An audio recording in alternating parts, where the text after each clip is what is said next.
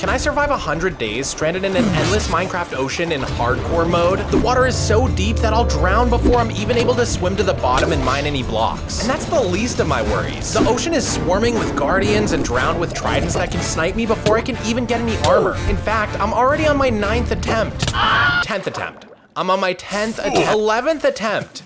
Okay, attempt 13. I have learned a lot about how to survive this preset, so I have a pretty good game plan going into this. The first thing we want to do is find a big shipwreck. Okay, so we can swim down and there should be a door down here.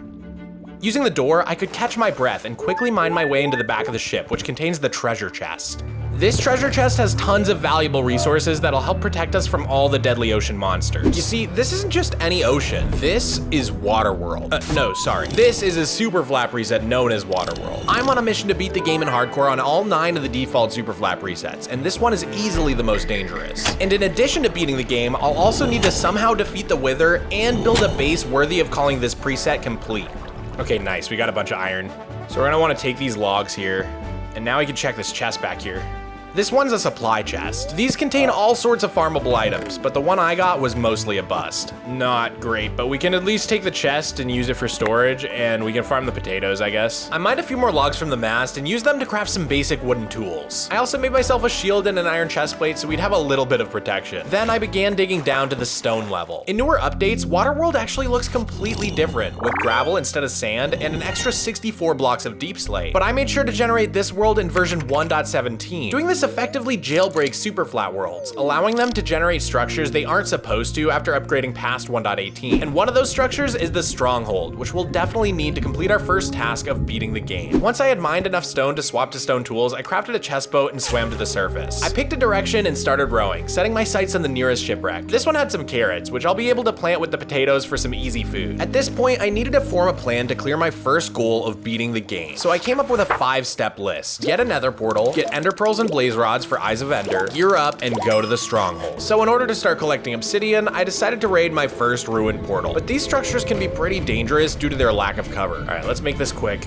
Unfortunately, I only got 1 obsidian from the chest, but I did get a flint and steel, so I'll be able to light the portal when the time comes. I continued on my voyage, this time setting my sights on another large shipwreck. I made sure to grab all the parchment from the map chest, which we'll use for crafting rockets when we eventually get an elytra, since I'm not sure if we can get sugarcane without Wandy teeth. Then I broke into the back of the ship to grab the treasure. 14 bullions of steel in this here coffer. Did I mention I'm trying to do this entire challenge with my language set to pirate speak? Having to relearn the names for all the items is just another layer of added difficulty.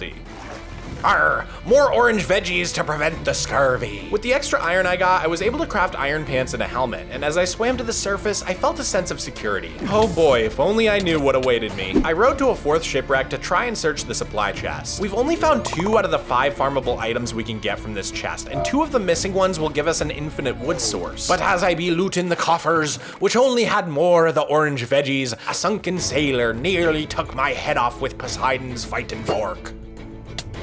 What? No. Ah! Oh, shiver me timbers. After hesitating for a while, I slowly chopped my way to the front of the ship and made a mad dash to the surface, only to discover that it was now the next morning. Somehow, I had survived so far, which was a miracle, considering I wasn't prepared for this challenge at all. I was supposed to be on a flight from my Superflat world to a nice vacation spot when the plane went down. I passed out, and the next thing I knew, I was stranded here at sea. But I had no choice but to keep exploring structures. So I stopped by another ruined portal to search for obsidian, and managed to get another block, putting us up to a grand total of 2. At this point, I was feeling confident enough to head towards a nearby trial chamber. I swam down, placed a door, and broke into the side, not knowing if I was about to set off 20 mob spawners. But thankfully, I ended up in the harmless tree room. I know the trial chambers pretty dang well after looting dozens of them on my Superflat world to get a shulker full of amethyst. So I knew there should be a room at the bottom of the staircase with a loot chest. While in the safety of this hallway, I decided to organize my inventory, which by this point was an absolute disaster. Finally, we have iron armor now. Freaking invincible, dude. I should not have said that. I'm gonna die now, aren't I? The nearby corridor had a mob spawner, but the room was cut in half by bedrock, so it was relatively easy to get in, grab some loot, and get out. I even grabbed one of the bone blocks around the spawner so that I could get a propagule from the mangrove tree on my way out. But after spending a while choosing which stuff to bring with me and which stuff to leave behind, I completely forgot to use the bone meal. I could have had infinite wood if I hadn't been so distracted, but by the time I noticed, I was already halfway to the next trial chamber in the distance. Once again, I swam down and placed a door to break into the chamber, but this time I was in a super dangerous room with 4 bogged spawners. I carefully mined my way downwards to avoid them, and I ended up mining my way into the ceiling of another chamber cut off by bedrock. I recognized the pattern of pillars as another corridor room, and based on my Superflat experience, I knew there was a chance of missing bedrock. Somehow I was right and I was able to break through. I quickly found that same hidden chest we saw in the other trial chamber, which made me realize I was near another tree room. This time I found an oak tree and I promptly chopped it down. Since the bedrock creates a nice protective barrier in this room, I decided to make a small storage room while I waited for the oak saplings to fall. And being right above the bedrock, I figured I could safely bore into the stone and work my way up to the dirt level. I then mined enough dirt to start a small farm for my potatoes and carrots around the water source that was next to the oak tree. I descended back down to the corridor and was delighted to find that this one was vacant of spawners. So I smashed all the pots, and then using the iron I got, I crafted a bucket. While exploring further, I opened a door to find tons of mobs spawning on top of another chamber. And as the sun came up on another day, I dug my way through the wall and used a copper trapdoor to create a little window for killing mobs. I was able to get tons of arrows, and soon a few bows dropped as well. And now that I had a bow and arrow, I was ready to explore deeper into the chambers to try and find more valuable loot like diamonds. Okay, let's smash some pots. Husk spawners, I think. I'm gonna use this trial key I got in this vault over here real quick. Emeralds and poison arrows, okay. Okay, back to smashing now. Yes, diamonds!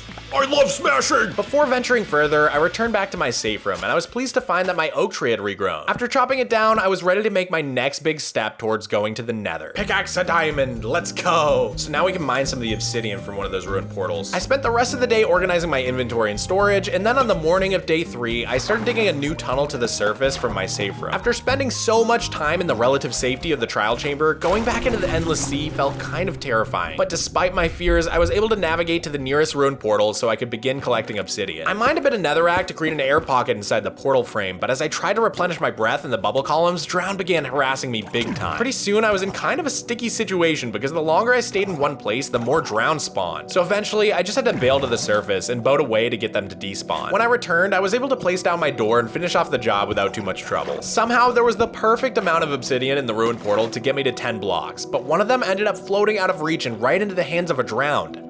You dirty thief, you'll walk the plank for this. Oh my god, there's so many, ah! Okay, got it. I headed back to the trial chamber and quickly built a portal. And with that, step 1 of our plan to beat the game was already complete. All right, here we go. Nice, warped forest. That's so lucky, dude. I was pretty stoked about landing in the warped forest since this is the exact biome we need to begin to farm ender pearls. I crafted a few boats, and as we transitioned into day 4, I managed to get my first ender pearl. I spent most of day 4 hunting for pearls and... Wait a minute, what's that smell? Is that... Do I smell a montage?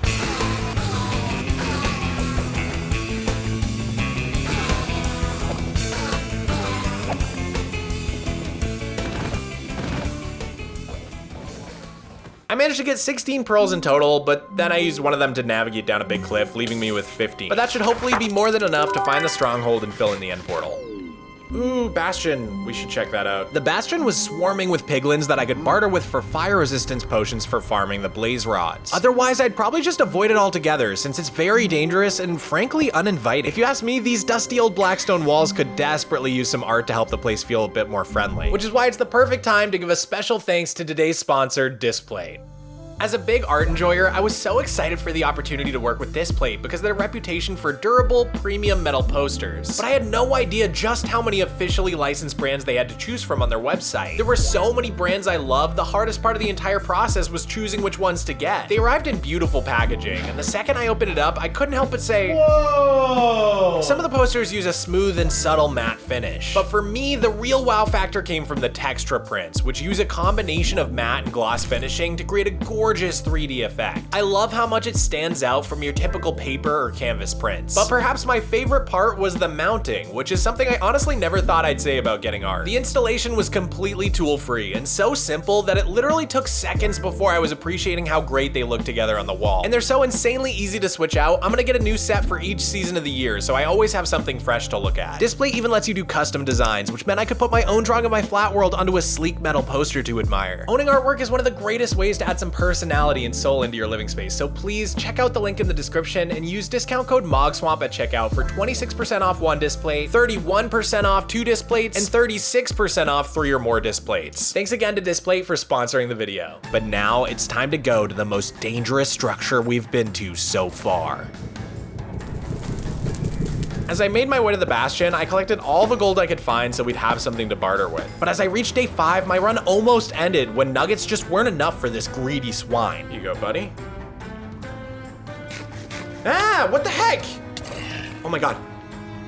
Oh, that was way too close, dude. This time I made a little hole for the piglin, and soon enough I got what I was looking for. There we go, we got multiple fire res pots now. These are gonna make it way easier to get the blaze rods we need. Now that I had the potions, all I needed to do was find a fortress. So I set out exploring for the remainder of the day. After finally finding the fortress and mining my way into a long staircase, I cautiously began to explore. Lucky for me, just around the corner from the top of the stairs were 2 blaze spawners side by side. I blocked each one off so the blazes can't melee attack me. As long as I drink the fire resistance potion, their ranged attacks should be completely ineffective. Let's go, we got our first 2 rods. After farming for a while, I had accumulated 8 blaze rods, so I went ahead and crafted 14 Eyes of Ender. Steps 2 and 3 were officially complete, meaning I could now focus on gearing up. So I made sure to grab a few extra blaze rods to use for brewing. And speaking of brewing, I began searching the fortress to see if I could find some nether warts so that we can actually make potions. But I got jump scared by a zombified piglin with a golden spear and accidentally hit him, putting me in kind of a dangerous situation. I was able to place blocks at the top of the staircase just in time to kill the mobs and regain my lost health. Then, while my heart rate slowly returned back to normal, I found the nether wart room and grabbed some for the road. After departing from the fortress, I found myself stuck in a weird and dangerous pocket of basalt with lava traps everywhere. At one point, a ghast appeared, and once again I saw the run flash before my eyes. Oh! By the time day 7 rolled around, I still hadn't made it home yet. But a few minutes later, I spotted my portal, and after making a very nerve-wracking bridge over the lava, I was home safe. Time to gear up. Right away, I crafted a brewing stand, and I also made a golden apple to bring to my end fight. I needed to organize the base a bit before leaving, so I grabbed some more dirt and built a proper crop farm in front of my portal. Then I tidied up my chests and made everything just look a bit nicer. The next morning, I stopped by my makeshift mob farm to get some more bones that I could use to speed up the growth of my farm. I was almost done gearing up, but I wanted to bring a regen potion to the fight with me in case there were any close calls. These required ghast tears, so I went to the nether, and sure enough, there was a ghast there waiting for me. But sadly, it despawned before I could kill it, and after wandering around for a while without any more of them spawning, I decided to just suck it up and go to the fight without any potions. Blast it! What be the worst thing that could happen? The final step on our checklist was to find the stronghold, so I swam to the surface and tossed my first Eye of Ender into the air. With my course marked and my heading set, I began rowing, and it turns out the stronghold was shockingly close by. I was able to recognize the portal room thanks to its distinctive iron bar windows. It looks so strange just floating there in the middle of the ocean. I managed to break into the room just as I began drowning, and after filling in the Eyes of Ender, it was time. We're making really good time in this run, so I just have to play it safe, like not taking any big risks. Just gotta lock in and do this. Oh dude, I almost forgot to grab water before the fight. That would have been so bad. All right, time to walk the plank. Here we go. I hate when it makes me bridge over. I began shooting the crystals with the arrows I'd collected, but as I went for one of the towers, the dragon left her perch and rammed into me, taking more than half my hearts. Oh my god. Ah, get away, bro. No one wants to look at you, man. We got pick-me Enderman out here. I used my water bucket to climb up one of the taller towers, and after destroying the crystal, I then used the height to take out the final 2 with my bow and arrow. Then I safely jumped down into the water, and just as I approached the center of the island, the wretched wyvern began to perch. I knocked out a good bit of the lass's health with my steel cutlass, and shortly thereafter, she perched again. A grave mistake on her part, because before long, the beast was halfway slain. I didn't try doing too much damage with my arrows and mostly focused on the perches. I made sure to get in the bedrock before she arrived and stayed crouched the entire time to minimize any chance of getting yeeted. Before long, she was coming in for her final landing. Death blow! Wapow! Yes, we did it! And as she disintegrated into a dramatic flash of light, our first task of this challenge was officially complete. I made sure to grab the dragon egg, or I guess the wyvern's last treasure, and then I began creating a staircase to the end gateway so we could reach the outer end islands. These new flashes they added are so weird, dude. It kind of reminds me when you spend too much time outside and when you come back in, everything turns like purple. As we crossed into day 9, I crossed through the end gateway and to the outer end islands. Usually, this is one of my least favorite parts of the end, just searching aimlessly for end cities and having to bridge between all the islands. But this time, I got super lucky. All of the outer end islands had fused to become one giant end continent. And even better, I was able to find an end city by basically just running in a straight line for a while. Sadly for me, it didn't seem to have an end ship, but before I could even reach the city, another one appeared in the distance, and this one definitely had the ship I was looking for. I decided to just skip the first city altogether and book it for the elytra. Upon reaching the distant city, I quickly made my way up the tower, killing a few shulkers on the way to get some shulker boxes. I didn't have enough blocks to bridge over to the ship, so I decided to do the baller move and risked it all with an ender pearl. No shot I missed this, right? God, I'm so cool. After boarding the vessel and butchering its crew, it was time to claim my booty. Let's go! And we did bring rockets, so I should be able to hit up a few more end cities on the way out of here. Something about being on the ship felt so right, even without a sea to sail. I began to slip into my alter ego Mogswamp more and more. Avast! Swab the poop deck, you lazy bilge rat! Step aside, you absolute scoundrel! Good riddance, you mangy knave. But eventually I had to move on from my precious ship so that I could loot more of the city. The city had some pretty good loot, including a pair of diamond boots and a helmet. Putting these on helped make up for the fact that wearing my elytra lowered my armor quite a bit. It was now day 10, so I decided I should start heading back home. And sure enough, on the way back, I came upon an end city I hadn't seen yet. I looted it and I managed to get a full set of diamond armor, plus some other goodies like diamond spears. I kept making my way towards the center of the end, but before I could find a gateway to go through, I spotted another 2 end cities. I was getting really fast at looting these things from the outside of the structure, allowing me to skip any dangerous fights with shulkers. The second end city actually had another end ship, so I grabbed an extra dragon head and elytra. I was also making sure to break all of the ender chests I saw for an easy source of obsidian. At this point, my shulkers were full of valuable loot, but I still couldn't seem to find the gateway. So I decided to just fly directly to the main end island, since my render distance was so high that I could see it from the outer islands. I had enough elytra durability and rockets to make it back no problem, so it was time to say goodbye to the end dimension. I am not trying to come back here anytime soon, so I guess this is goodbye for now. Whee! I forgot we had clicked the bed at the first trial chamber we found, so after spawning there, I needed to fly back to the other trial chamber where our actual base was. But rather than unpacking right away, I decided to spend the rest of the day gathering dirt and cobblestone. I'm preparing to make a temporary base on the surface of the ocean so that we can get out of this claustrophobic submarine I've been spending my time in. Our next 2 goals are to beat the Wither and make a fantastic base. So for now, I'm gonna focus on getting everything ready for the base, and we can worry about defeating the Wither a bit later on. Before going topside, I visited my mob farm to kill a few spiders. Once I had enough string, I crafted a fishing rod to bring with me. Then I dipped into the Nether to grab some soul sand so that I could make a bubble column to the surface. I placed a block of soul sand on top of the trial chamber to create the rising bubble column, and then I began placing a dirt pillar up to the surface so I'll have blocks to build my temporary base against. This ended up being super annoying since drowns started swarming almost immediately, and every time I wanted to catch my breath in the bubbles, I'd get shot back up to the top. Eventually, I just had to swim far away to despawn some of the drowns so I could finish the job. I then discovered that apparently phantoms can swim all the way down in the ocean to attack you. It literally looked like I was getting attacked by a manta ray. Last summer, I got to pet a manta ray at an aquarium I went to, and they're very soft and lovable, which makes me think, should Mojang just turn phantoms into water mobs? Maybe people would hate them less. Anyways, I started building up my new floating base by creating some storage, making a basic crop farm, and planting some nether wart. Welcome to the raft. After organizing my inventory a bit, I decided to do some fishing for the remainder of the evening. I want to get a nautilus to ride around, and to do that, we first need to tame one with pufferfish. Nothing like some good old fishing at sunrise. I spent a good chunk of day 12 continuing to fish, which was a nice relaxing break from the constant stress of Waterworld. I managed to accumulate 7 pufferfish in total, so I dove into the sea to try to make a new friend. This is probably a good time to mention that this is technically not a vanilla playthrough. Right now, there's a super annoying bug in the game that makes it so any Superflat World past version 1.21.3 has its sea level set to -63 instead of +63. This makes it so that no fish, squids, glow squids, or nautilus are able to spawn on any Superflat preset, including Waterworld. So I had my good friend Mulberry make a mod to manually fix the sea level for me. You probably know him from his other stuff. Shout out the goat. If you want to download the mod for yourself, it's up right now on Modrinth. I approached a nautilus swimming near the seafloor, and it must have been destiny because I tamed it on the very first try. Aw, best crewmates forever. I'm gonna name you Kevin Costner. Kevin Costner and I returned to the raft, but I realized I have no leads to tie him up, so I built a shallow pool of water for him to chill in. Ow. Let's try to use the spear on him. Okay, I have no idea how to use this thing. I can't do it. On day 13, I decided it was time to take on one of the ocean monuments looming in the distance. In order to prepare, I brought the health potions I got from the end ship and brewed 3 water breathing potions as well. Then I hopped on Kevin Costner and we swam to the closest monument. As we approached, guardians began spawning like crazy. This is actually similar to how pillager outposts get absolutely flooded with pillagers in normal Superflat worlds. Without any caves or dark areas for other mobs to spawn, the mob cap gets completely filled by the structure. But thanks to Kevin's speedy dash, I was able to make it to the entrance.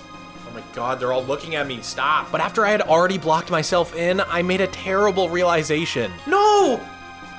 Kevin got left outside! I was gonna have to somehow do this without my crewmate, so I locked in and drank my first water breathing potion. It's been forever since I tackled one of these ocean monuments, and I quickly got lost in the labyrinthian corridors.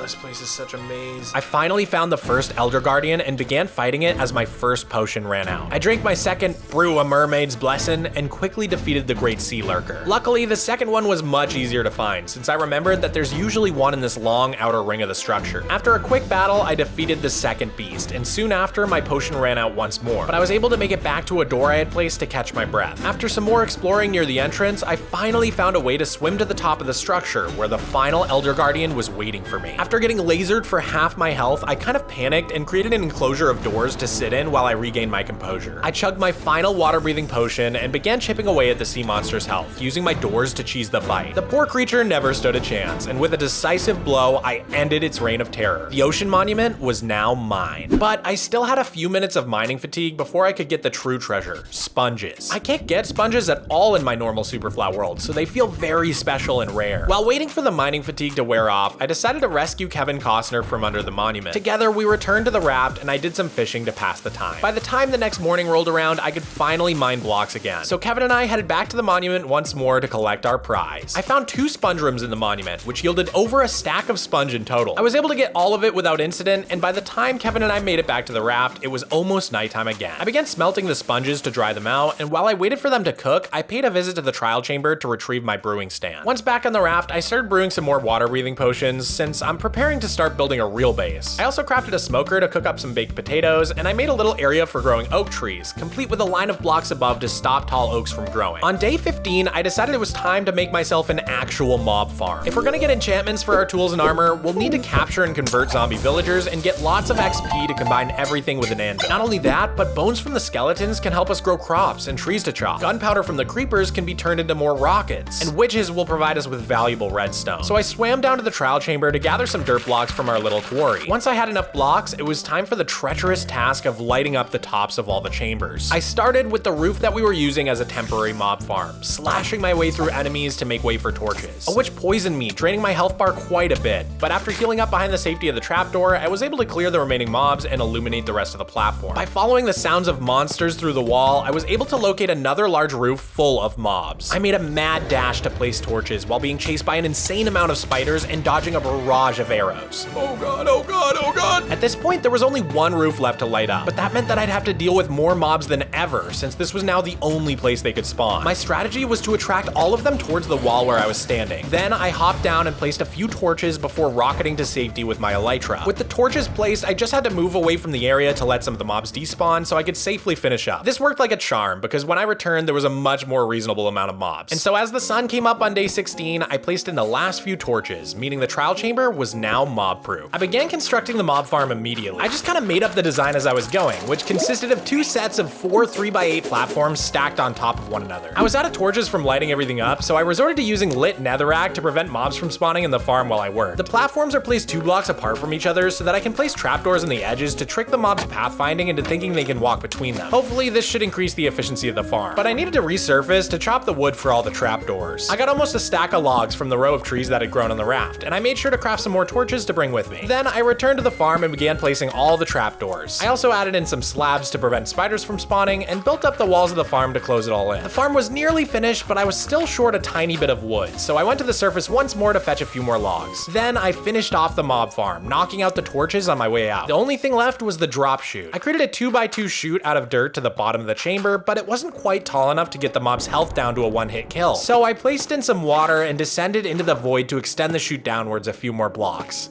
Oh, this is so scary. I left a 1 block wide gap for hitting the mobs with trapdoors to prevent baby zombies from running out. With that, everything was ready, so I unblocked the chute and let the mobs start falling. With the mob farm up and running, this place was really starting to feel like an actual base. Welcome to the submarine. Right away, I spotted a zombie villager in the farm, which I was excited to capture. But before I could even do anything, a zombie holding a spear impaled the villager, killing my chance to cure it. After that major letdown, the stale air of the submarine was beginning to drive me crazy. So on day 18, I went back up to the raft to do some basic chores like replanting all the crops and chopping more wood. Remember that list of growable items that we can get from shipwrecks? Well, I decided it was finally time to find the rest of them. So as the sun went down, I ventured southbound on Kevin Costner to look for a shipwreck. I specifically wanted one with spruce or dark oak wood that I could mine, since we don't have those saplings. The first ship I checked only had bamboo in the supply chest, so I kept on searching. But the second ship I stopped at had the last farmable items I needed. So I took a moment to collect some dark oak logs and trapdoors, and then began heading back home.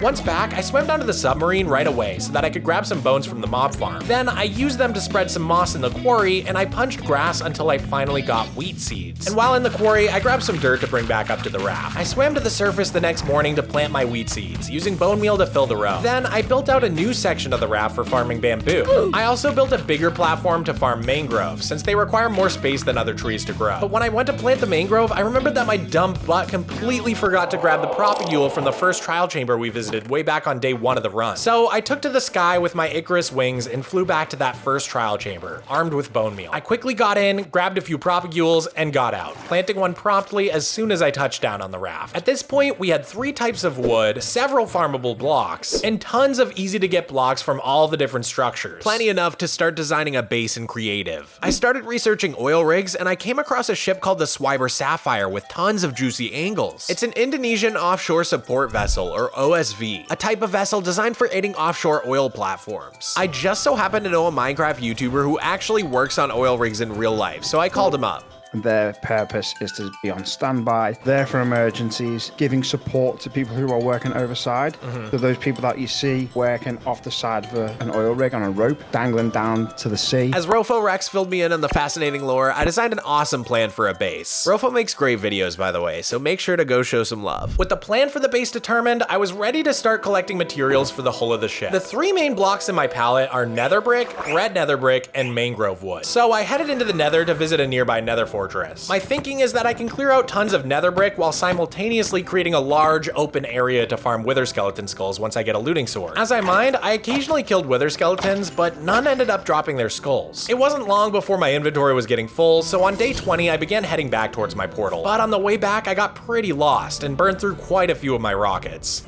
Oh, this sucks. Eventually, I found the portal, and after clearing a few inventory slots, I grabbed some extra netherrack to bring with me to the surface. Red nether brick requires nether wart and nether bricks to craft, and you get nether bricks by smelting netherrack. So as soon as I made it back to the raft, I started cooking up some netherrack right away. Then, after organizing my inventory, I was ready to begin building my new base, the OSV. I bridged away from the raft to give myself plenty of space, and as night set, I carefully began constructing the stern of the ship. The constant need to surface for air reminded me that I had brewed some potions earlier for this this very purpose. A brew of mermaids blessing to keep me from watery peril. I worked throughout the night, and just before the sun began to rise, a storm blew in from the west. But a little rain couldn't discourage me. After all, I was already soaked from swimming around all night. So after crafting some red nether bricks, I continued to work on the hull. At the front of the ship sits a bulbous bow. These are features on many large ships, although I don't know for sure if the Swiber Sapphire has one since the bulb always sits below the waterline. The purpose of these is actually really fascinating. Waves have a property known as destructive interference. Basically, if two waves are in phase with each other, they combine, adding their amplitudes. But if the waves are out of phase, they subtract, canceling each other out completely. This diagram from Wikipedia perfectly shows how the wave created by the bulb under the surface cancels out the wave typically created by a more conventional bow, thus reducing the vessel's wake and lowering overall wave resistance. Before I could finish off my bulbous bow, a Nautilus jockey stopped by to check out my hull. He ended up chasing me back to my raft, where I discovered that my propagule had grown. I took a break from building to chop it down, doing the same for my oak trees. On day 22, I decided to expand my nether wart farm, since our red nether brick production is pretty slow at the moment. For the time being, all the nether wart I get will be reinvested in the farm until it's fully planted. Next, I went down to the quarry to grab some dirt, and also visited the nether to quickly grab some more netherrack to smelt. Then it was back up to the raft to continue farming materials. And I guess the raft was beginning to draw some attention from the locals. Hi, buddy.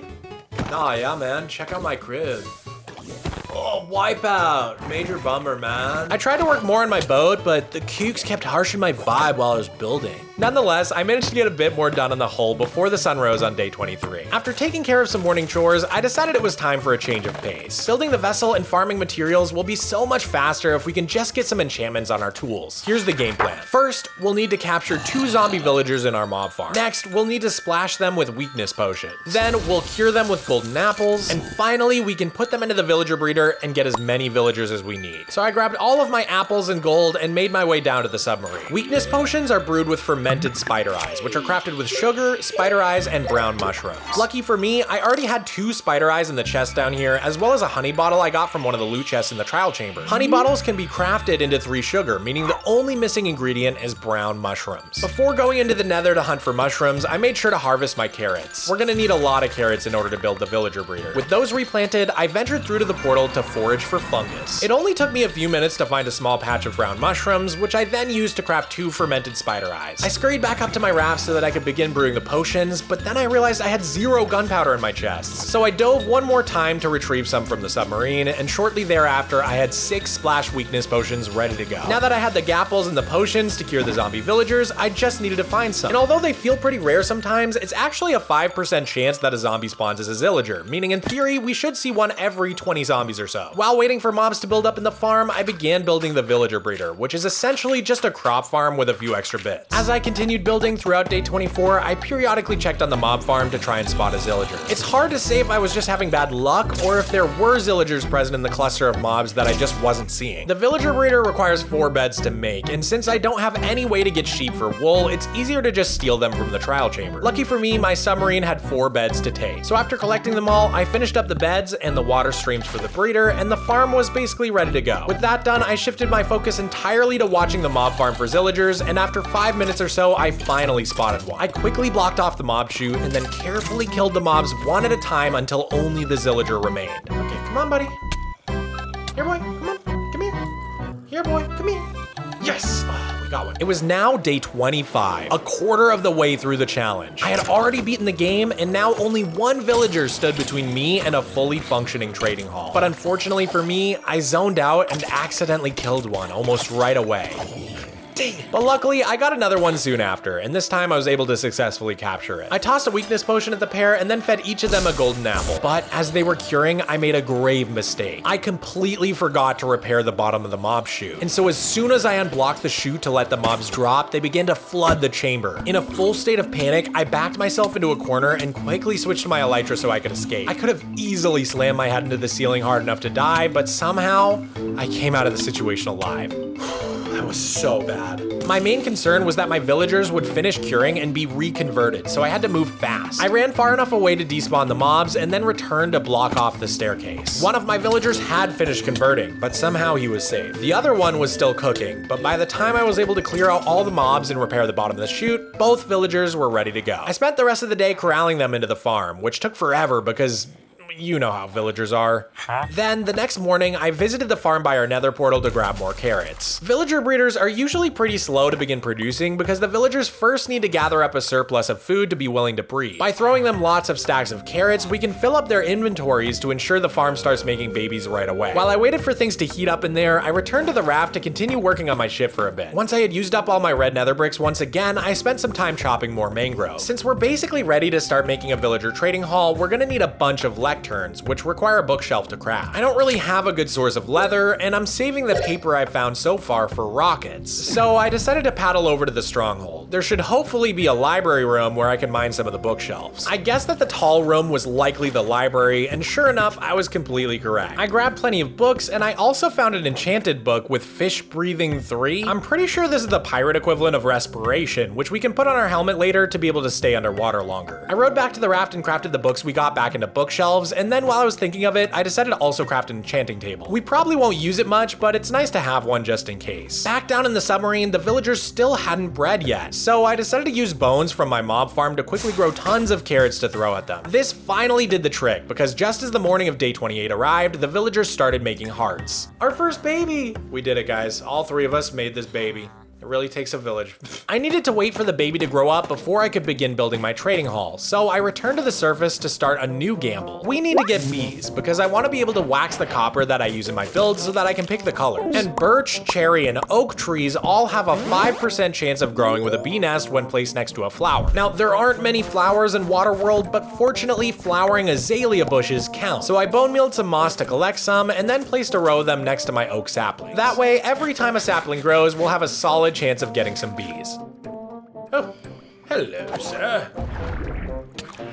How dare ye board me vessel without an invitation? Back to Davy Jones' locker with ya. I did some work on the ship once more, but since I was still waiting on more red nether bricks, I began working on the mangrove layer above. I was kind of getting into a groove, so I just kept working on the hull. I briefly broke midday to chop down my oak and re-roll for bees, but afterwards, I spent the rest of the day alternating between building up the ship and chopping more mangrove to use. I continued construction on day 30 as well, stopping often to replant my nether wart and craft a few more red nether bricks at a time. Slowly but surely, I was closing the gap in the hull. But it was a pretty big pain building at night, so once the sun set, I decided to return to the breeder to check on our villagers. I was pleased to find 4 adult villagers greeting me when I got to the farm, which meant it was time to start the grind for enchantments. I set up a simple trading hall so that we could begin rolling right away. The main enchantments we're looking for are Protection 4 for the upcoming Wither fight, Looting 3 so that we can get the Wither Skulls in the first place, and then the big 3 that we'll put on all of our tools. Efficiency 5, Unbreaking 3, and Mending. But as soon as I placed a lectern in front of our first villager and checked the trades,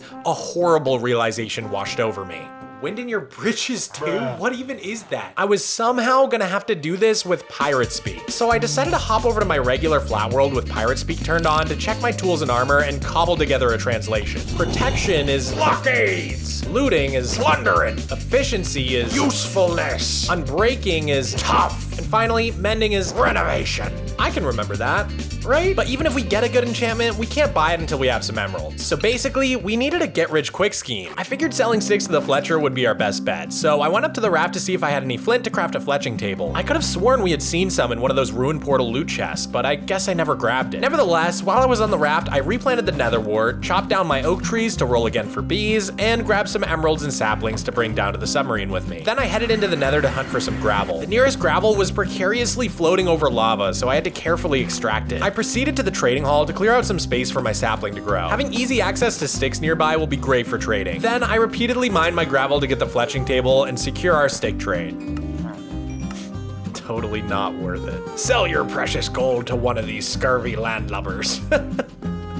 That's awesome. With our emeralds ready to go, it was grind time. Everyone's favorite part of enchanting, rolling for trades over and over again. To keep myself sane, I periodically cleared out the mobs from the mob farm, so at least we'd be getting some useful stuff like bones and redstone while we roll. Before the end of the day, I managed to get renovation, or mending for you landlubbers. So I locked it in and then spent the next morning trading tons of sticks for more emeralds and shuffling more villagers into the trading hall. With 2 more villagers ready to roll, it was back to the book hunt. As painful as it was to turn down an enchantment I needed, I wasn't wasn't gonna settle for anything but the highest level. That way, we won't have to combine any books and we won't run into the too expensive limit on the anvil. But my patience paid off because on the very next roll, I secured blockades 4. Once again, I needed more emeralds before I could continue rolling for more enchantments, so I chopped down my tree and planned to keep bone mealing it to get more sticks for trading. But my iron axe was about to break, which reminded me that I should probably go ahead and make an iron farm now that we have plenty of villagers. So I went to the surface and flew to that other trial chamber in the distance to grab some beds. Most iron golem farms need at least 3 beds, and luckily this trial chamber had that same tall room with the 3 beds as our submarine. On my way out, I noticed a familiar staircase that I was pretty sure would lead me to some deep slate. Sure enough, I ended up in the room with 12 deep slate. There ended up being 2 of these rooms, but sadly 2 of the deep slate dropped out of reach, so we ended up with 22 in total. I must have accidentally looked at an enderman because as I was leaving, I got ambushed. In 3 hits, I was down to half a heart, and all I can say is thank God for shields.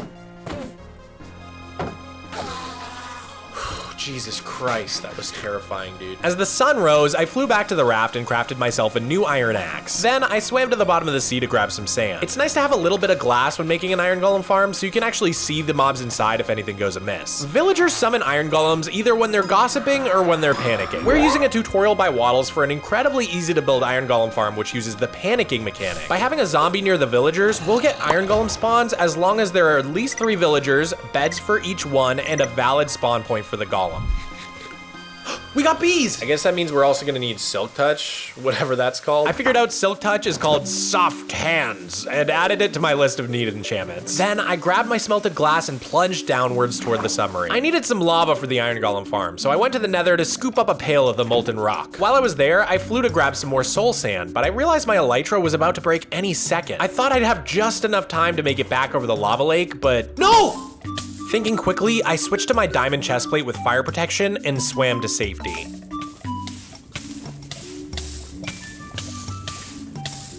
Bruh. I walked the rest of the way back to the portal, and then in the safety of my submarine, I crafted an anvil so I could put mending onto my elytra. I only had to clear out the mob farm a single time to repair my wings. Now that I could rely on my elytra in case I fell, I began bridging out into the void to find a suitable spot for the iron golem farm. It has to be a little bit away from our villager breeders so they don't conflict with each other at all. Plus, building it over the void will ensure that iron golems can only spawn in the farm since they'll have no other valid spawning locations nearby. The next morning, I added some railings to the bridge which will help me guide the mobs to their spots safely. I began constructing the farm, starting with the chest and hoppers to collect the iron. Next, I built the small 1 block wide cell that will hold our zombie. I blocked off the chute of the mob farm so that I could capture a zombie, and I made sure it was a zombie holding an item so that it won't despawn. Then I let the zombie free and carefully led it to its hole, tricking it with a trapdoor to get it to drop in. Next, I built a small room that will contain our 3 villagers using the 3 beds we grabbed. I was really racing against the clock since it's easy to get the villagers into the chamber at night when they'll sleep in their beds, but not so easy during the daytime. But sadly, I missed my window because by the time I got the villagers over to the farm in a boat, the sun had risen. So instead, I just worked on finishing up the rest of the farm. I had the entire thing pretty much ready to go by the time the sun was setting once more. So I got the villagers to go into their beds and then sealed off the room. Then I placed in the water stream and lava to kill the golems, and the farm was ready to go. I also placed some slabs to ensure that the iron golems wouldn't spawn on the bridge we built. The last step was to remove the block currently obscuring the villagers' view of the zombies so they'd start panicking. An iron golem spawned pretty much instantly, confirming that the farm was indeed up and running. All right, we're in production. Not only can we now craft anything we need with iron, but we can also make some awesome decorations for our ships like chains, iron trapdoors, and iron bars. Now I could shift my focus back to our enchanting checklist, which is why on day 36, I spent the morning bone mealing and chopping trees to get a bunch of sticks to trade. Once I had a good amount of emeralds, I went back to rolling for enchantments, and pretty soon I was able to lock in Plunderin' 3. I restocked the trading hall with another fresh villager, and then returned to chopping trees to replenish my emerald supply. The chopping continued into the next day when I spotted a chicken jockey, but since I panicked and accidentally killed the chicken first, I didn't get the record, or shanty as they're called in pirate speak. I traded until my Fletcher locked the stick trade and then started rolling once again. This time I got soft hands, and locking the trade once again drained my emerald supply. So again, I chopped wood for the rest of the day and traded for emeralds the next morning until the Fletcher locked the trade. Initially, I had some trouble getting the villagers to reset their trades, but eventually I was able to get into a rhythm and I secured a usefulness 5 trade. At this point, I decided to check on the iron golem farm since it had been a few days, and to my delight, the farm had already collected over 4 stacks of iron. With only 1 enchantment left to get, I wanted to actually start putting some enchantments on my tools. But I realized I didn't have any stone down here to make myself a grindstone, so I slithered on into the nether to grab a bucket of lava. I used it to make a primitive cobblestone generator just so I'd have some down here in the trading hall if I ever needed it. Then I smelted some cobble into stone and made the grindstone so that I can remove any existing enchantments from my diamond gear and start totally fresh. I wanted to start by enchanting a diamond axe so that I'd have a reliable tool to chop more wood for all the emeralds I need. So I returned to the surface in the morning of day 39 and replanted my nether wart, crafting more red nether bricks in the process. Then I crafted myself a fresh diamond axe, which I brought back down to the mob farm to combine with my soft hands and usefulness books. I gave her a test run right away and immediately felt the impact of the enchantments and the swiftness with which I took the tree down. I wanted to test out my soft hands enchantment by collecting my bee nest, but since the bees wander around during the day, I waited and chopped trees until sunset so that they'd return to their dwelling. On the way up to the surface, I picked up some more netherrack from the nether since we needed more nether bricks to continue crafting red nether bricks. God, that's a mouthful. I saw a nautilus jockey as I swam to the surface, but quickly forgot about him while smelting my netherrack. But he didn't forget about me, because as I was picking up my bees, his horrible visage emerged from the floor to lob more tridents at me.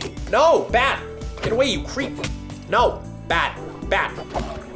Get away, go. For the rest of the evening, I worked on placing some of the red nether bricks I had amassed to try and close the gaps in the hull of my ship. By the next morning, I had finished all of the hull up to the water level, leaving only 1 layer left to fill in. I grabbed my sponges and began placing them around the hull to drain the water. At first, the water just kept filling back in, and it felt like the sponges were making no difference at all. But after moving quickly along the center of the ship and placing sponges on each side, I managed to get it all drained. At sunset, I began tending to my crops on the raft until I was visited by another nautilus jockey.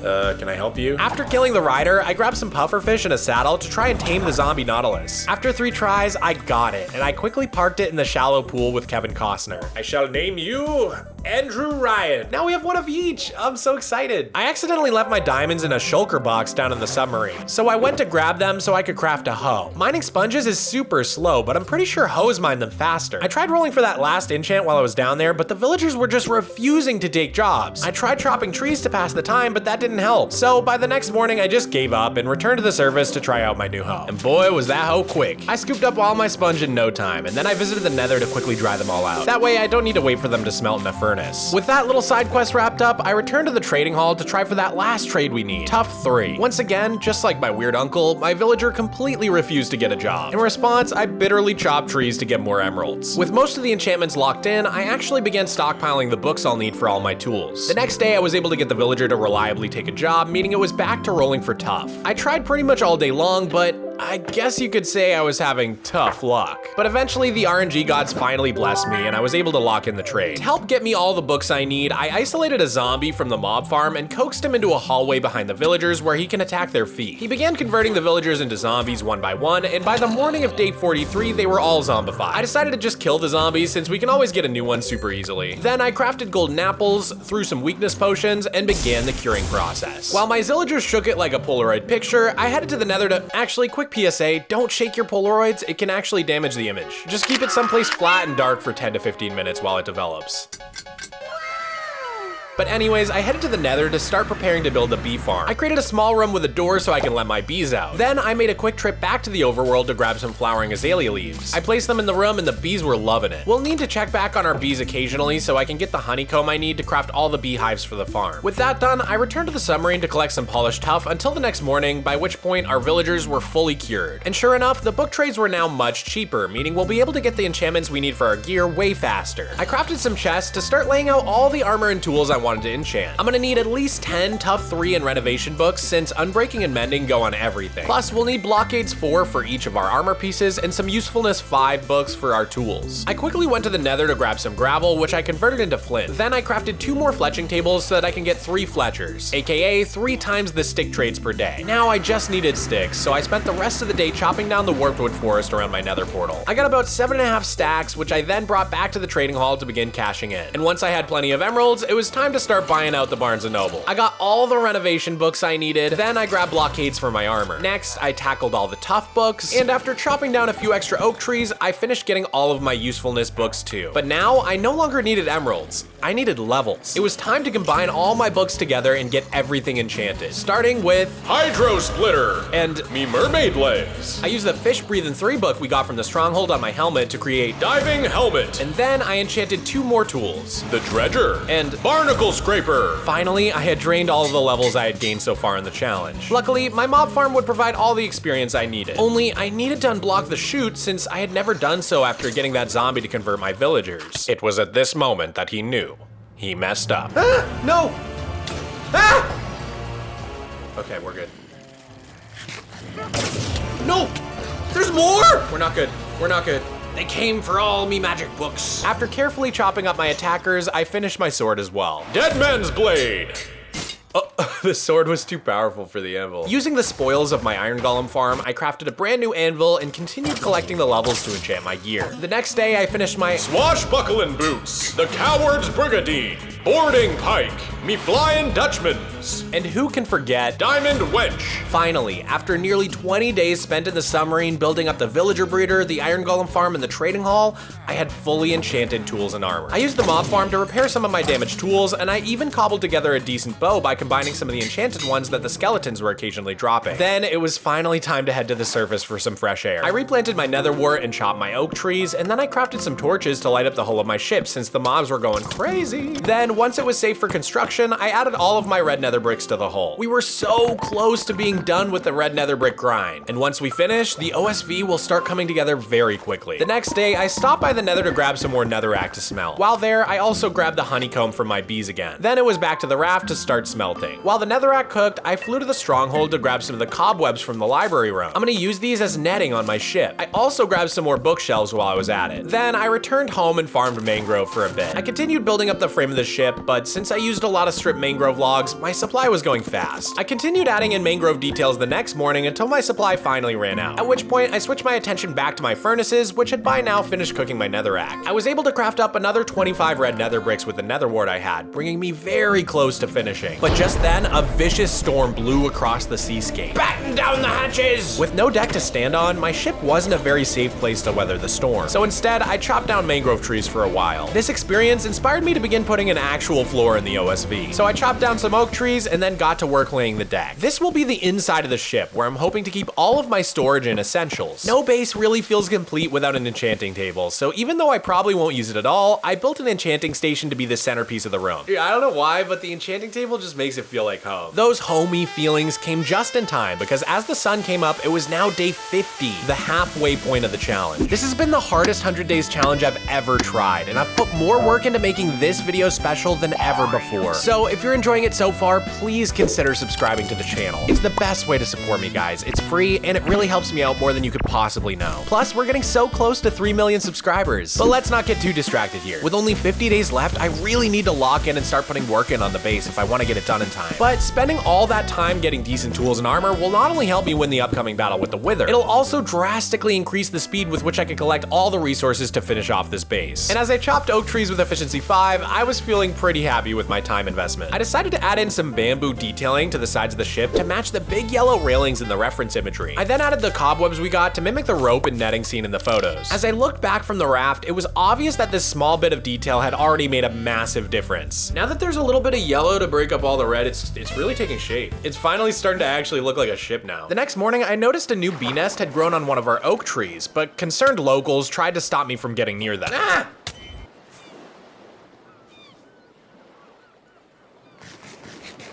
I had to wait until nighttime for the bees to go back in their nest anyhow, so I began to prepare for a trip to the Nether. In order to recreate the white walls of the ship's accommodation seen in the reference images, I'm mainly gonna use bone blocks and smooth quartz. I grabbed my flame protection leggings and chest plate we got in the end dimension to bring with me to the Nether in case of mishap. On the way down, I noticed how much our diving helmet was helping. I used to begin drowning right as I reached the entrance to the submarine, but now my bubbles barely depleted. I made sure to craft some more rockets at the mob farm before venturing out into the hellscape of the Nether in pursuit of the coveted white rock. rock. It was absolutely everywhere, and my pockets were soon stuffed full with quartz. Eventually, I came upon some crimson wood, which I actually hadn't encountered yet, so I chopped some to bring home with me. My travels were largely uneventful, other than a close encounter with a furious enderman and a similarly scary interaction with a crazed piglin wielding a golden spear. By day 52, I was ready to head out, so I began venturing back towards my nether portal. Take this, you ghastly creature!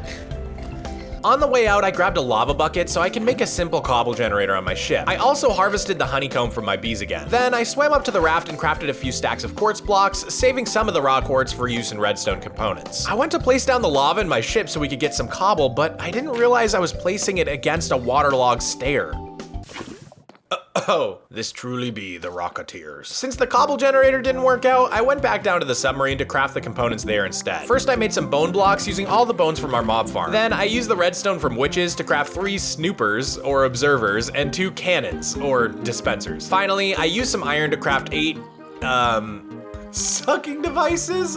Is that what the kids are calling it these days? With the redstone components secured, on day 53, I was ready to build the automatic bee farm. But after placing the bee nests in the glass, I realized that I had crafted the wrong redstone materials. I needed comparators, not observers. Sick of having to smelt stone whenever I needed it for crafting, I decided to fetch a diamond pick from my raft to enchant with silk touch. I want to keep my main pick as is for collecting things like quartz. I had to chop a bit of oak wood to afford all the books, but otherwise it didn't take long before I had my lily-livered pick.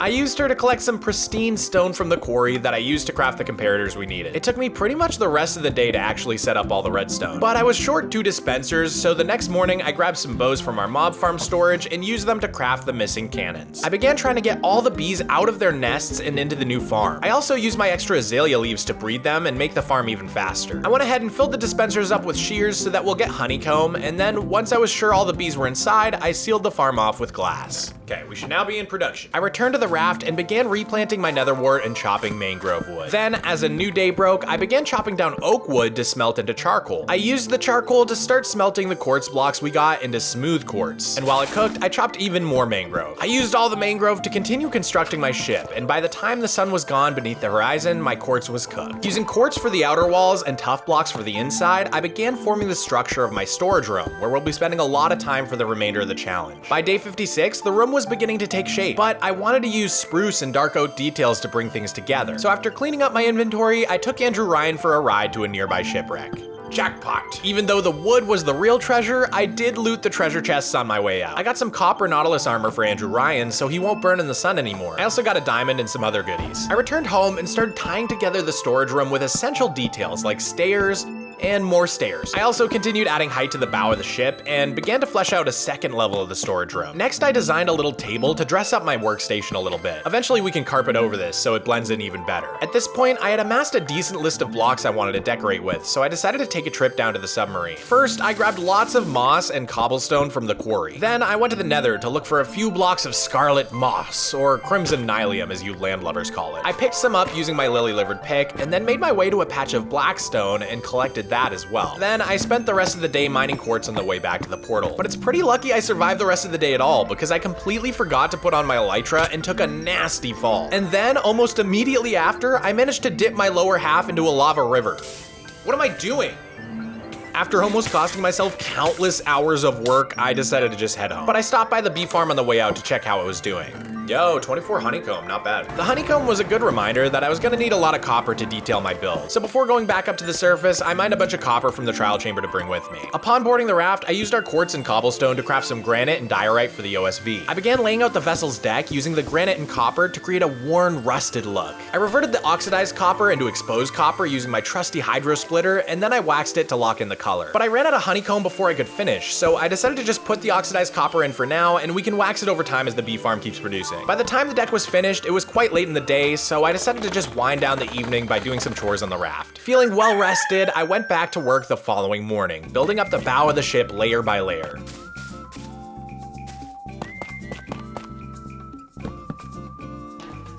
As night set in once again, I used my stone cutter to prepare my blackstone and then began placing in all of the ship fenders. These will protect the vessel's hull from scratches or other structural damage should we collide with anything on the open seas or while coming into port. Once the fenders were secured in place, I continued building up the ship's cabin until my smooth quartz ran dry. I was out of mangrove too, so I spent the remaining few minutes of the day chopping down mangrove wood. I continued chopping for much of day 60 as well. The railing on the ship's bow required expensive wooden parts like shelves and trapdoors that demand lots of lumber. But eventually, I got it finished. The boat's entire hull was now complete at last. With a proper roof to keep the rain out, I felt like I could finally turn my attention back to our storage room. I made item frames to mark the chests, and I placed in even more chests, organizing all of our blocks and items as I went. The next morning, I began moving all of our items out of the packed chests on the raft and into their new, much roomier home on the OSV. I burned through pretty much all of my daylight just moving and organizing all of my booty. I made a hidden barrel for brewing materials at the very front of the ship, and then moved my brewing stand as well to create a little potion station. With all my materials safely stowed on the OSV, I began crafting lots of materials I'll need for decorating. It's gonna take a long time for all of my copper components to oxidize, so I placed lots of rods, chains, trapdoors, and lanterns on the cargo deck to begin conversion. As day 62 began, I made a copper golem in the hull of the ship so that it can start oxidizing as well. I have an idea for how we can use a copper golem statue later on for a cool decoration, but at this point, I needed to go on another voyage to gather materials, this time to the end dimension. So I hopped on Kevin Costner, and the two of us set out for a day of adventure. On the way to the stronghold, I stopped at the ocean monument to grab some prismarine and sea lanterns. I also grabbed the gold blocks hidden in one of the rooms. Next, I stopped at the shipwreck next door to grab even more spruce and dark oak planks, since we're already running low again. As Kevin and I approached the stronghold, I spotted some squid. I'm planning to use black glass on the bridge of our ship, so I killed the squids to get some ink sacs we can use. Finally, I made it to the stronghold, but rather than going straight to the end portal, I stopped by the library to get string from the cobwebs. I want to make some banners for decorating, but without any way to get sheep, we're gonna need 24 string just to craft a single banner. Luckily, this stronghold actually has a second library room, but even after clearing out every cobweb, I still only had enough string for one banner. So eventually, we're gonna have to find some other source of string. With the libraries cleared out, I moved on to the portal room. Before dimension hopping, I made sure to set my spawn point with the bed I brought. That way, we'll spawn back here and I can bring Kevin Costner home safely. The main thing I needed was end rods, but since I don't really plan on coming back to the end again, I made sure to start by grabbing a stack of endstone in case we end up needing it. Then I flew through the gateway and straight to the closest end city, where I collected as many rods as I could. I also got a few more shulker shells and picked up a few of the banners. There was actually an end gateway at the bottom of the tower, so I flew through it and I was able to get back to the overworld in a matter of seconds. Before returning home, I dredged some sand underneath the stronghold, since I don't like disrupting the delicate ecosystem of the seafloor underneath our ship. Then I grabbed Kevin and started heading back towards our ship. On the way back, I killed more squids, ending up with 17 ink sacs in total. Once Kevin was safely stowed in his pool, I started smelting the sand I got into glass, as well as some more quartz blocks and potatoes for food. Next, I put away all the stuff I got on our trip in the storage room and started crafting some more materials for decorating. I laid out some small details on the vessel, and then once my smooth quartz was done smelting, I began building the bridge. The bridge sits on top of the cabin, and it'll be where the ship's controls are located. Unfortunately though, I didn't get very far before once again running out of quartz. So after restocking my supply of rockets, it was once again time to descend to the depths of hell. Much of day 64 was spent collecting quartz, but as I did so, I was slowly making my way towards the Nether fortress we had visited earlier to collect Nether bricks. I know from past experience that the best way to collect wither skulls is usually by repeatedly flying away from the fortress so that the mobs despawn, and then flying back to force new mobs to spawn. So now that we have plunder and 3 on our sword for the best odds of getting wither skulls, I figured I could kill 2 birds with 1 stone. I got into a cycle of killing wither skellies at the fortress,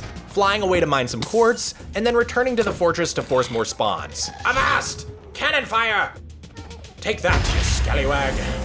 Progress was a bit slow, but after killing 23 wither skeletons, I got my first skull. I had also managed to collect 3 stacks of quartz blocks by the end of the day. The grind continued the following day, and eventually I ran out of baked potatoes. But I had thought ahead by bringing some carrots, which I then crafted into golden carrots after mining some gold ore. This sustained me for long enough to bring my kill count up to 45, at which point I earned my second skull. Shortly after, completely unbeknownst to me, I somehow collected a 3rd skull, meaning we had everything we needed to spawn in the wither boss. But because this completely eluded me, I continued fighting wither skellies on day 66 until I finally got what I thought was the final skull. Wait, 4? I'm so confused, dude. How did we have 3? Ultimately, I chose not to question it, and after a quick flight home, I disembarked from the Nether and stowed all of my loot neatly in the storage room coffers. While I waited for my quartz blocks to smelt into smooth quartz, I started adding more fine details to the ship, like bamboo railings around the top decks. I also used some end stone to create a small crane for loading things onto the cargo deck, just like in the reference imagery. Before long, it was day 67, which somehow has surpassed day 69 as funny number day since the last time I made a 100 days video. Never saw that one coming, to be honest. It ended up being the day of detailing, because I spent basically the entire 20 minutes adding minor detailing all over the ship. I used moss carpets to emulate the green upper deck seen in the photos. And now that my quartz was done smelting, I was able to entirely finish placing all of it in, completing the basic structure of the OSV. I took a brief break from building to chop some mangrove, bamboo, and oak wood, and then I returned to working on the ship, placing in railings using end rods and bamboo pressure plates. Next, I placed some chains running the length of the ship on either side, along the bamboo railings. I wrapped up the day by working on the lower deck of the ship. My goal is to slowly dismantle our raft and move all of the farms on board, and this lower deck is where we're going to plant all of our crops. I remained focused on building the next day, starting with some small details on the ship's bridge. Next, I wanted to add a lifeboat, just in case we lose our ship to Davy Jones' locker.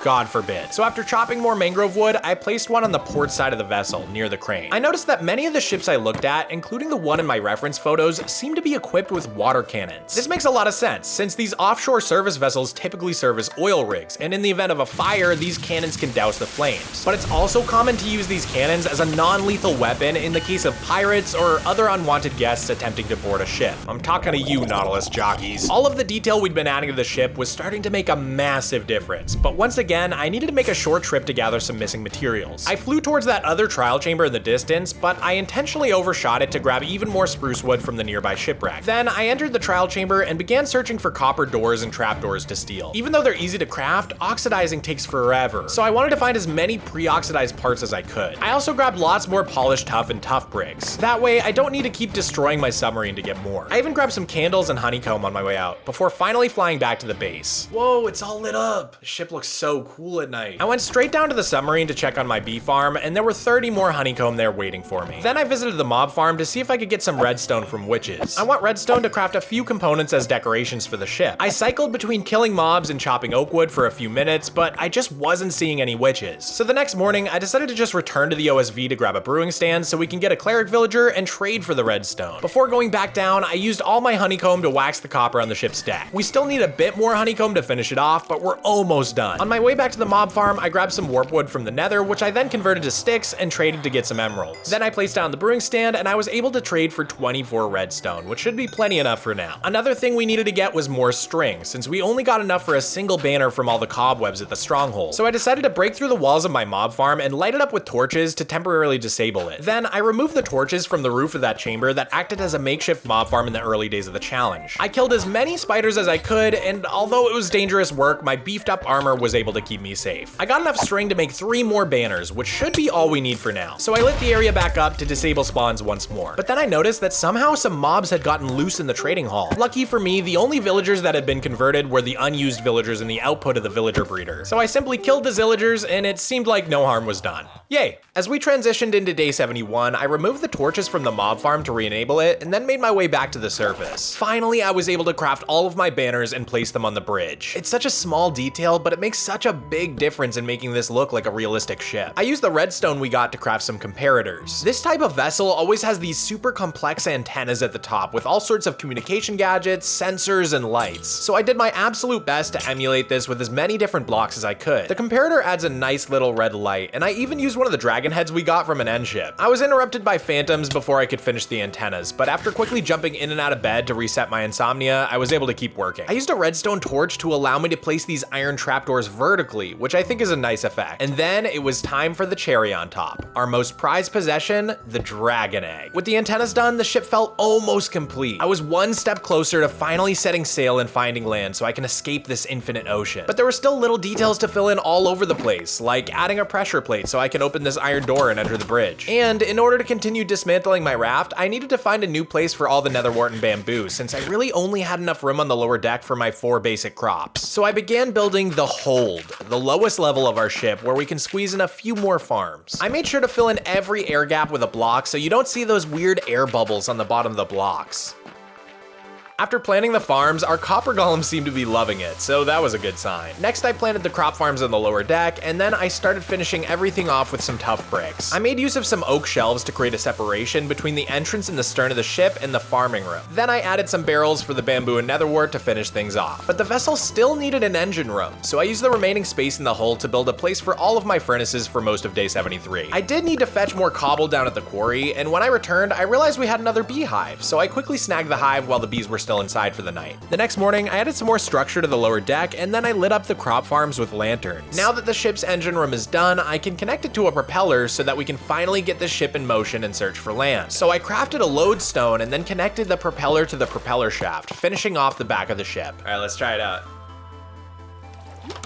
Ooh, that's smooth. Soon I'd be able to take the ship out for a sea trial, but we still needed more crew members, and the ship was still missing some final details. So I worked on many of the details the next day, including adding all of the copper detailing into the storage room. I had never really finished up with the room's ceiling, so most of my efforts were focused up there. But I also made improvements to the ship's bridge, connecting the control system to our engine room while I was at it. After placing a few final details the next morning, I had to go visit the submarine to collect some more tough bricks. Then I bone mealed a flowering azalea and grabbed some of the leaves so that I could drop off the new bees I got at the bee farm and breed them all. The extra influx of worker bees should help us get honeycomb much faster, which was going to be important because there were only 9 in there at the moment, which didn't go far back on the ship's deck. I spent the rest of the day finishing off all of the tough walls in the storage room. Then the next morning, I started working on moving the oak tree farm on the raft onto the OSV. After placing in a line of dirt on the cargo deck, I placed in some tough brick slabs to cover it up on the lower deck below. Additionally, I placed some end rods to illuminate the aft entrance better. We still had this basically empty part of the cabin to fill in, so I spent a lot of the day revamping it with a kitchen and a small bedroom. The ship still needs a captain, since I'm more of an engineer, and I had the perfect idea for a suitable captain, so I got a spot ready on the bridge where he's gonna stand. I also realized at this point that the reason our copper golem that we placed all the way back on day 62 wasn't oxidizing was because I accidentally used waxed copper to make him. Plus, I didn't realize you can just make a copper golem out of oxidized copper, and you don't have to wait for it to oxidize at all. So I decided that our waxed copper golem can just be the captain's first mate, and I placed a new one made of oxidized copper to actually use for decoration. He quickly turned into a statue, and I placed him on our table with a moss carpet over the top. This neat little build trick makes it look like we've marked land on our map. Now I just need item frames and maps to fill in the sea around the island. But first, it was time to go find the captain for our ship. So after organizing my inventory a little bit, I went to the submarine to search inside the dispensers. I battled my way through husks, earning 2 keys in the process, and then upon searching the very first dispenser I found, I got what I was looking for: snowballs. I tried a key just for fun on my way back to the surface and managed to win diamonds and a golden carrot. Jackpot! Then when I got back to the ship, I crafted my snowballs into snow, and I was able to create our new crew member,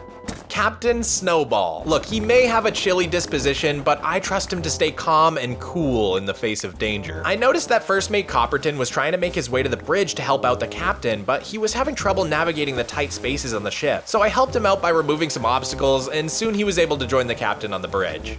The things I do for me hearties. Between the captain, the first mate, and my trusty Nautilus companions, the crew was really starting to come together. We'd soon be ready to embark towards the land we marked on our map table. But I still needed those item frames to fill in the rest of the map. So I grabbed my gold and headed to the Nether in search of hoglins to kill for leather. I found a crimson forest biome where they usually spawn, and I even found a dry gas nearby. It seems we've found another crew member. We've been needing a barrel man who can keep lookout and help with navigation, and a happy gas would be perfect. Anyways, I found some hoglins to kill in a nearby bastion, and I decided to carefully loot it since it appeared to be one of the treasure bastions which have really good loot. The treasure room contained a netherite upgrade and tons of gold blocks. There was that other bastion on the way back to the base, so I looted that as well and got even more gold blocks as well as another netherite upgrade. This inspired me to actually try to get netherite on my armor and tools, something I don't think I've ever done in a 100 days challenge. So I flew around the Nether hunting for even more bastions, and eventually I found another one. I raided the third bastion, but I didn't really get much. It was really buried in the terrain, and it was one of the bastion patterns I was less familiar with, so I just decided to keep moving. I found a fourth bastion shortly thereafter, and this time it was another treasure configuration. This one even had 2 chests, and after looting it, I had obtained a netherite ingot and 4 upgrades in total. Instead of continuing to raid bastions, I figured I'd go strip mining for the rest of the netherite. So I brought all the gold we got to the bastion closest to my base and began bartering with the piglins there. I was hoping to get some more fire resistance potions so that we don't have to worry about strip mining straight into lava. lava. But we got tons of other incredible drops as well, including lots of leather, plenty of string so we never have to kill spiders again, and a soul speed enchantment which we can put on our boots. I returned home from the Nether the next morning with my shulkers stuffed full of loot. And of course, I grabbed my honeycomb on the way out as well. Adding all those bees must have really helped because we were getting honeycomb way faster now. Back on the raft, I started hydrating my dried gas right away. Then I used all of the honeycomb to finally finish waxing the ship's deck. We built the deck over 20 days ago, so it was truly a relief to finally get this done. I put all of my loot away in the storage room, and then after crafting a smithing table, I applied netherite to my mermaid legs. I also made a new anvil and put the ghastly strident on my swashbuckling boots. Now that we had the leather for all the item frames, I covered up my workstations hidden inside the map table and started making maps of my base. The base was actually split across 2 maps, so I had to fill both of them in with my elytra as the sun came up on day 81. Then I made a map of just the ocean and copied it a few times to fill in the remainder of the table. Okay, so here we are, and there should be land just up ahead.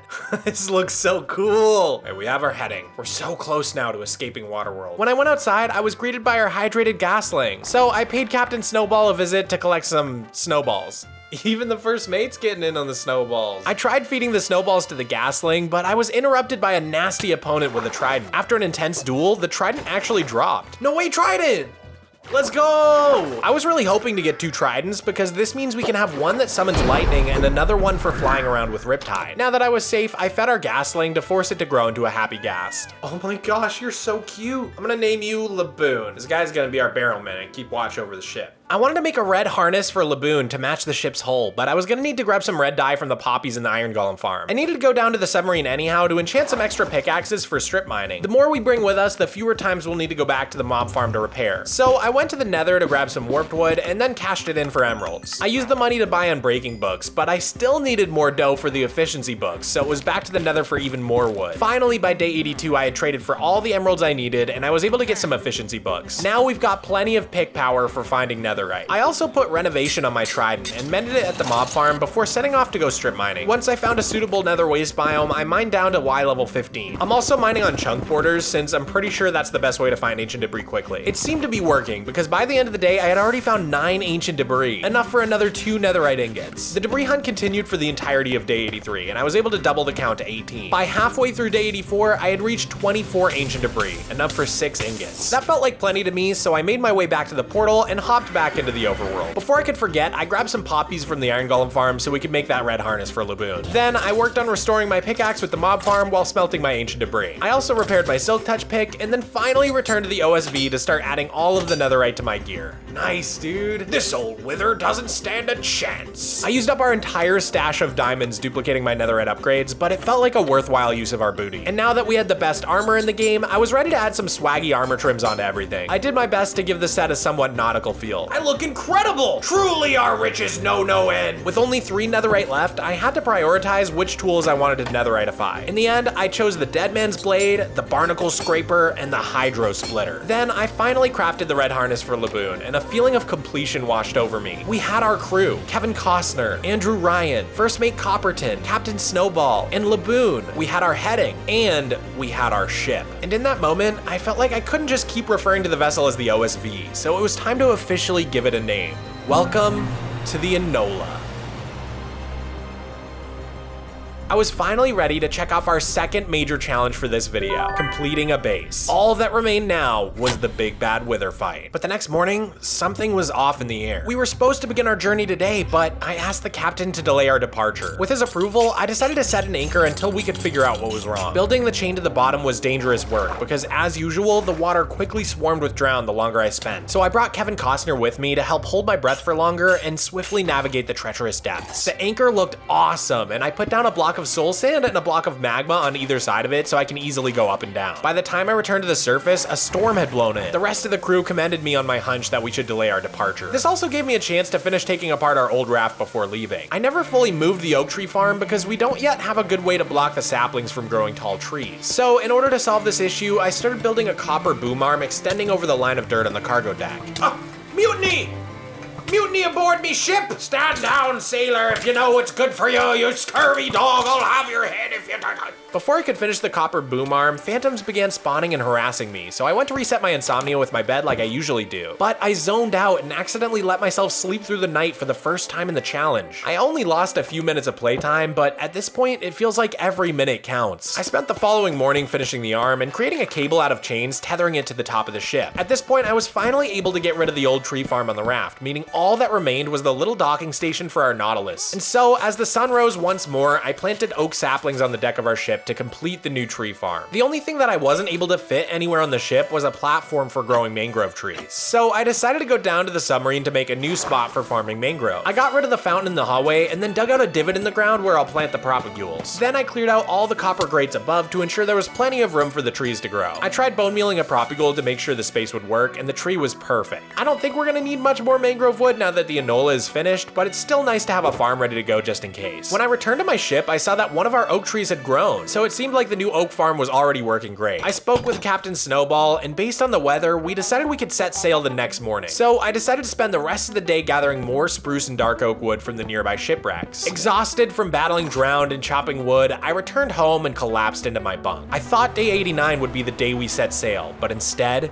it was the day that everything changed. In the dead of night, our ship was attacked by a cannonball from the heavens. The next morning, I inspected the damage to the hull, completely dumbfounded. Desperate for answers, I asked my crew if anyone had seen our attackers, but they all just looked at me with confusion and fear. They all claimed that I had made the hole myself, tearing the hull apart with my axe like a madman. Our crew's trust was falling apart. This whole time, I've been fighting to keep my sanity, slipping into my alter ego Mogswamp more and more. But that's when I realized Mogswamp isn't the alter ego. Mogswamp is. Mogswamp is who I truly am, deep down. And so I embraced our fate. We'd never repair the damage to the vessel. The Enola was never meant to sail. It's clear to me now that I'm meant to follow my true destiny and live out the rest of my days at sea. And so I began turning our ship into a true home. Something special had been lost when we took down that old rickety raft, and I slowly brought it back by building a new wooden dock where the hole had torn through the thick steel of the hull. I even set out a keg of brew to greet me at my new front doorstep,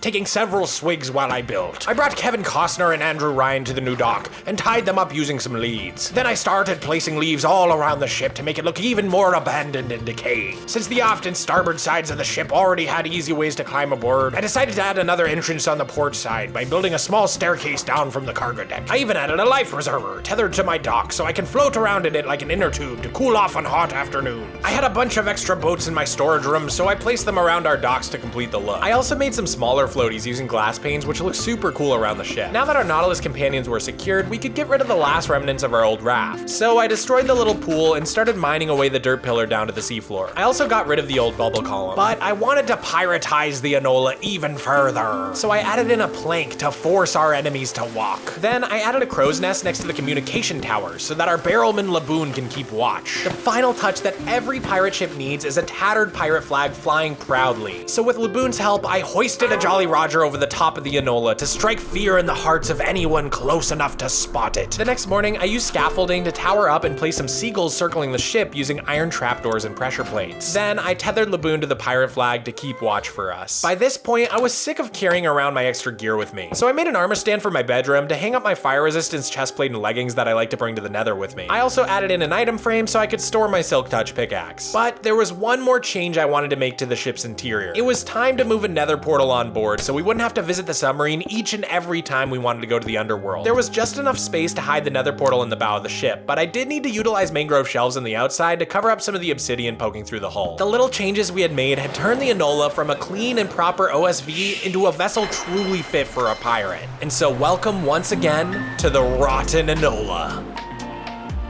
I was personally very happy with the changes to the ship, but some of the crew members seemed to be uncomfortable with our choice to stay here instead of searching for land. I was beginning to worry that the crew would betray me, making me walk the very plank I had just built. I decided to head to the Nether until things cooled off a bit. Before we fight the Wither, I want to try to enchant our 2 tridents. So I grabbed a bunch of warped wood so I could get some emeralds from our Fletchers. On the way out of the Nether, I made sure to destroy the old portal so the Nether side will link up to our ship in the future. I also wanted to create a new and improved entrance to the submarine, so I began building a bubble column and a drop chutes side by side in our mangrove tree room. I finished off the new entrance by day 93, and I got a chance to test it out while I closed off the old entrance to the submarine. It seemed to work great, so I was happy I spent the extra time to get it done. But if I wanted to get these tridents done in time for the big fight, I needed to lock in on rolling for enchants. So I added 4 new villagers to the trading hall and started rolling. We need 4 enchantments: Riptide 3, Me Loyal 3, Charging, and Impaling 5. Surprisingly, most of those actually sound the same in pirate speak. By the end of the day, I had managed to find and lock in Charging. Then on day 94, I locked in Me Loyal 3 and Riptide 3, leaving only 1 enchantment to find. Unfortunately, I did need to return to the Nether to chop more warped wood in order to keep rolling. But despite the detour, I was back to rolling before the day's end. I did find Impaling 4, which was very tempting, but I decided to hold out for Impaling 5. And I was happy I did because I found it relatively quickly on day 95, and so I began to lay out all the books for each trident. Once again, I needed more emeralds to finish the task, so I visited the Nether once more to collect several stacks of logs. And as was my habit by now, I made sure to stop by the bee farm on the way out to collect the honeycomb. Jesus Christ. Oh my god. I was now ready to start adding the books onto the tridents, but before I could do so, I was rudely interrupted by a little gremlin. Oh god. Don't touch me. Now introducing to my arsenal, Harpoon! oh, this is gonna be so sick. Hi-ya! Ow. Ow! No more of that. I needed 30 levels to enchant my second trident, but after waiting for a while at the mob farm, I was finally there. Kraken's Fury! The trident was about to break, so I made sure to repair it with the mob farm before leaving. Then on day 97, I returned to the Rotten Enola. I was nervous to talk to my crewmates, but in my absence, everyone seemed to have calmed down. It took me a while to get everything put away and organized, but once I was done, there was basically nothing left to do but get ready for the big wither fight. So the battle preparations began. I crafted a brand new shield for myself and brewed up some regen potions to bring with me. I also crafted a couple of golden apples. I thought it would be a fun idea to craft a jukebox so we can listen to some celebratory sea shanties, if we make it out of the impending duel alive, that is. But I didn't have a single diamond to spare since I had spent them all on my netherite upgrades. I did have 2 keys though, so I went to the submarine to see if I could gamble my way to a diamond. Sadly, it was not gonna be that easy. Aw, dang it. Ah, dang it. But I figured we had enough time for one last pit stop in the end dimension. So on day 98, I flew to the stronghold and then chose an unexplored direction to fly in pursuit of end cities. I found one with an end ship and raided all the chests I could find. One loot chest had 8 diamonds and another one had an extra 4. Then I quickly flew back home with my dozen diamonds and I was able to make it back aboard the Rotten Enola before the sun even began setting. I crafted an ender chest for my base and put some of my extra shulkers inside to keep them out of the way. Then I crafted the jukebox and grabbed all of my shanties. I didn't really have a good place for them, so I just placed them in the final empty space left in the hull, a small space in front of the engine room. With this final side quest finished, it was time to take on the last battle. So I grabbed my wither skulls, and since I had an extra one, I decided to use it as a decoration on my ship. It was now day 99, time for my final test. No turning back. So I dove into the salty sea and took to the skies with my trident. I decided to do the fight in the first trial chamber we had found, since we can't spawn the wither underwater, and I don't want to hold the fight near the Rotten Enola or the submarine. Besides, I would never put my crew in danger. This was something I had to face alone. I chose to use the room with the bedrock layer at the bottom as our battle arena. That way the wither's exploding projectiles can't break the ground below me and send me careening into the void below. Let's do this! During the fight, I stayed silent, focusing all of my strength on vanquishing the flying foe. I used everything my crew had taught me in the difficult battle. Copperton's calm, methodical thinking, Captain Snowball's grit and determination, the swiftness of the Nautilus, and of course, the watchful eye of Laboon. Yes! We did it! The final challenge of this 100 days was complete at last, and my tools and armor were so overpowered I hadn't even needed to eat any gapples. I took off with my harpoon to get back home, feeling a deep sense of accomplishment and pride as the ship faded in on the horizon. Laboon! Laboon, we did it! I actually did it! I defeated the Wither, Laboon! I, Mogswamp, have officially conquered Waterworld! I will be the greatest Superflat player of all time! Using the Nether Star we got, I crafted a beacon and then created a tiny hidden 3x3 beacon platform out of iron in the ceiling of the bridge. The beacon beam shot perfectly through the communications tower, and I charged it up to apply a speed boost to the whole ship. The wind is at our backs, mateys! Captain! First mate! We did it! We defeated the Wither! Time for a party!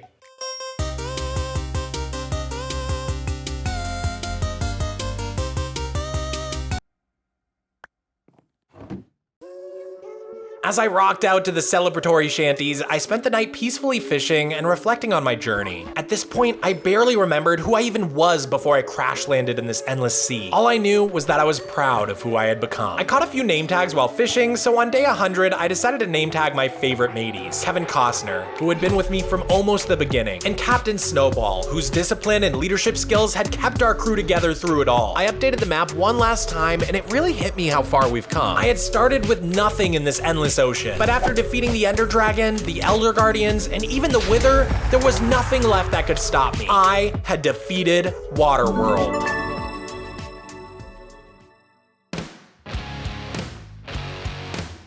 Kevin Costner and Andrew Ryan went on to become Olympic swimmers. They had a bitter rivalry. Laboon got a job as a weather balloon. He was always pretty passionate about meteorology. Old Copperton became a professor at Harvard. They say he still holds on to that snowball to this day. And Captain Snowball, he never left the ship. Some say he still haunts those waters today. And Display's still offering a discount with code Mogswamp at checkout, so go follow the link to purchase some amazing art. And the Rotten Enola? Well, it's now available for download over on my Patreon. But what about me?